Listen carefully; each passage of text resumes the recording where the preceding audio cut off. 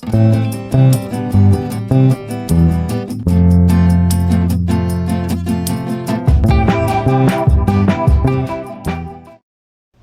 everyone!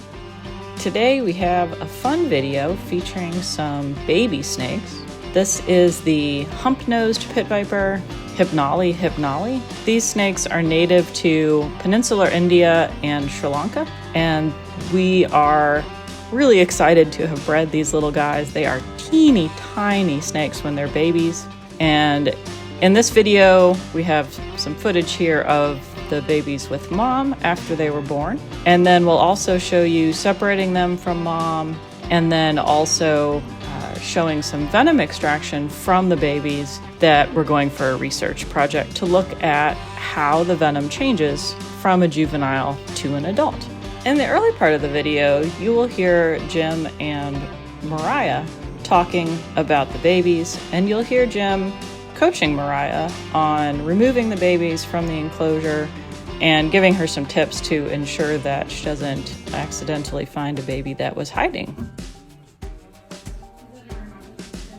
Can you see them? I can see them now. Okay. Oh yeah, there she is. Yeah, she was underneath the thing and underneath that. Oh no, she was there. You don't assume, when you clean it out, you don't clean it out with your hands because they can be underneath the bark. There could be more babies. Just because they normally have a certain amount doesn't mean they're always going to have that certain amount. We had. I think she's pretty, but these guys have caused fatalities. When we went to Sri Lanka, I was the first person to actually milk these for the first anti-serum for them. These little snakes remind me a lot of copperheads in the United States. They're small, they're colored like leaves with excellent camouflage, and they like to hide out in leaf litter, plantations or farms of various sorts.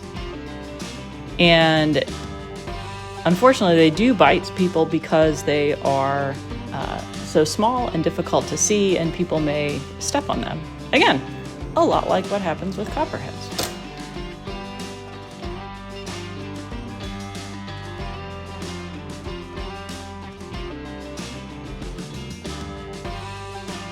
They also are generalists to some degree, meaning that they eat a wide variety of prey in the wild, so lots of things like frogs and lizards. They will eat mammals as well, though not the babies because they're too small. And they have that just kind of little head shape and body shape that just reminds me of a copperhead.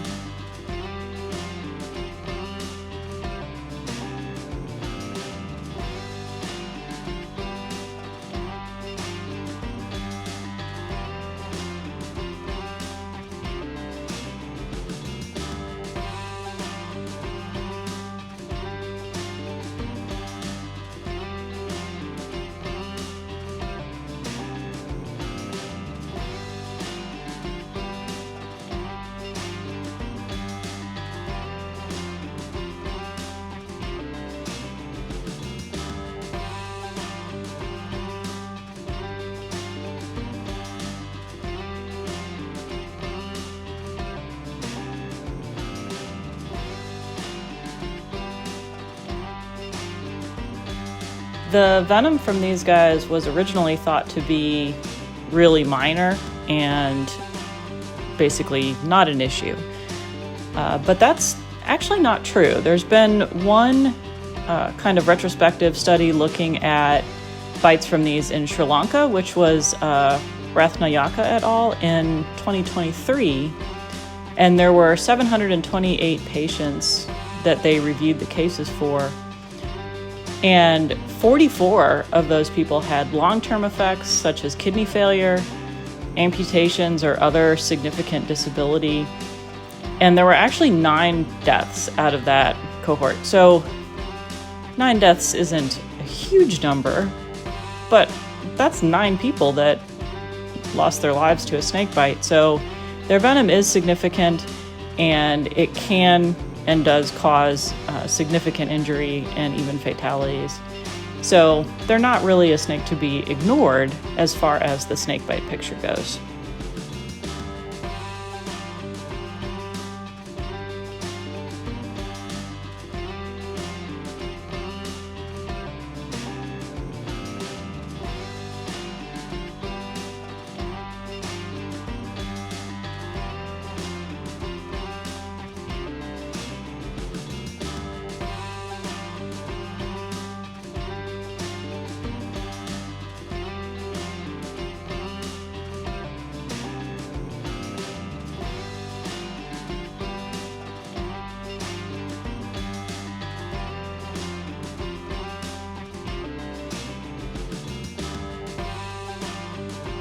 It's kind of amazing how difficult tiny snakes can be to hook.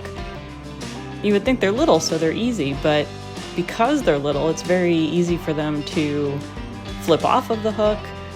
The hook is larger in proportion to the snake than if the snake were bigger, and so they may look at it as more of a threat or just more of a thing to be concerned about. And balancing them can be very difficult because it's hard for us, being so large, to be able to tell where the center of balance is on the teeny tiny snake. So Mariah is doing a really good job of keeping these guys on the hooks. There are a couple difficult moments, but overall she did a great job here. And they are extremely cute little guys. I hope all of you appreciate how small they are.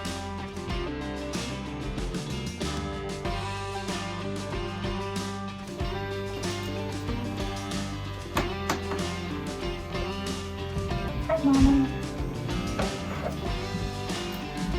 They're very pretty. Mm-hmm.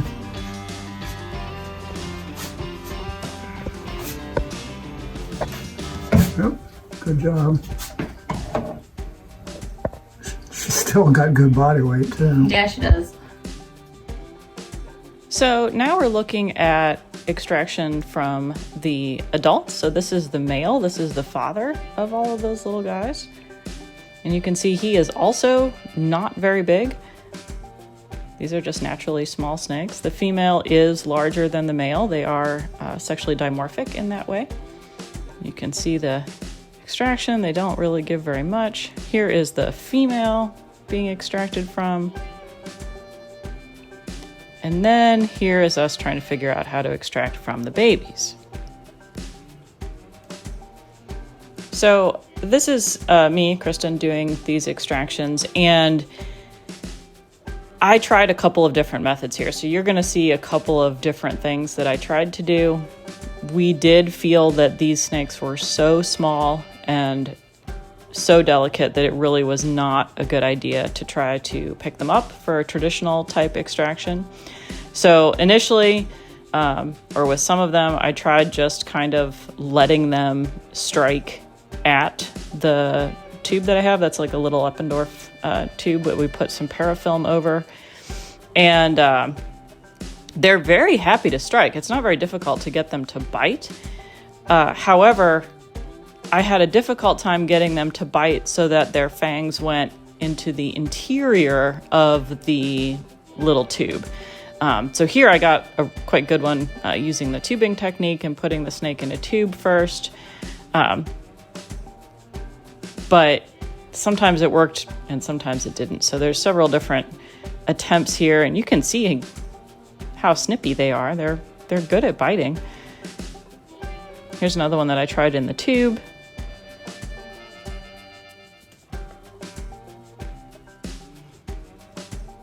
One thing you can notice about tubing these is because they are so small, we had to trim the tube down to also be very small.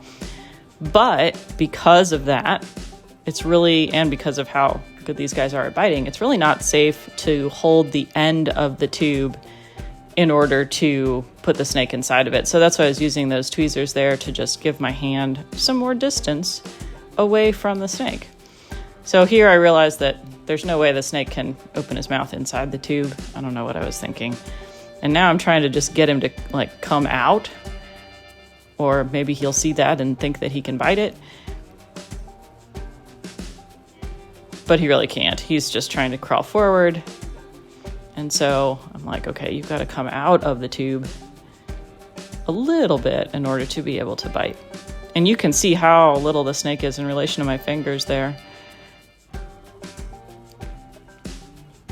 There we go. Oh, well, I bit really good, but not in the right spot. And then once he came out, he bit very well, but again, kind of over the top of the Eppendorf. So not exactly where I wanted him to strike. Or her. I'm not sure with these guys. They're so little, we haven't really tried to determine.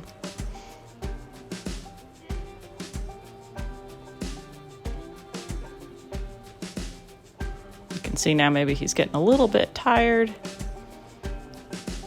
Or just like biting isn't getting him what he wants, so there's no point in continuing. But sometimes giving him a minute or a few seconds to kind of be away from it, then you can get him to bite again. And sometimes not.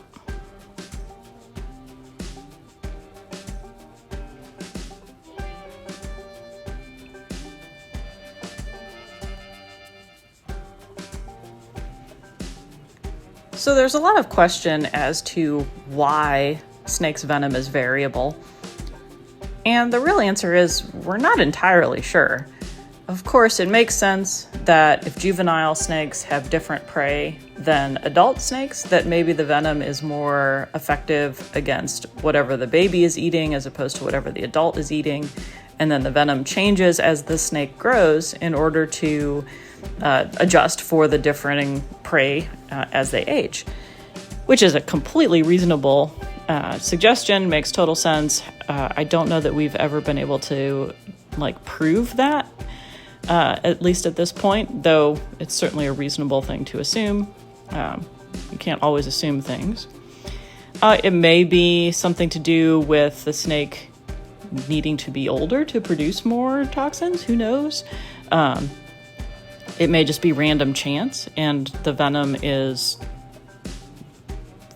capable of killing the prey no matter what its composition is. We're really just not sure. But it's very interesting to study it. And of course, snake venom is really variable anyway, both as they grow, but then also, as I'm sure as many of you know, geographic variations in venom exist. Seasonal differences in venom exist.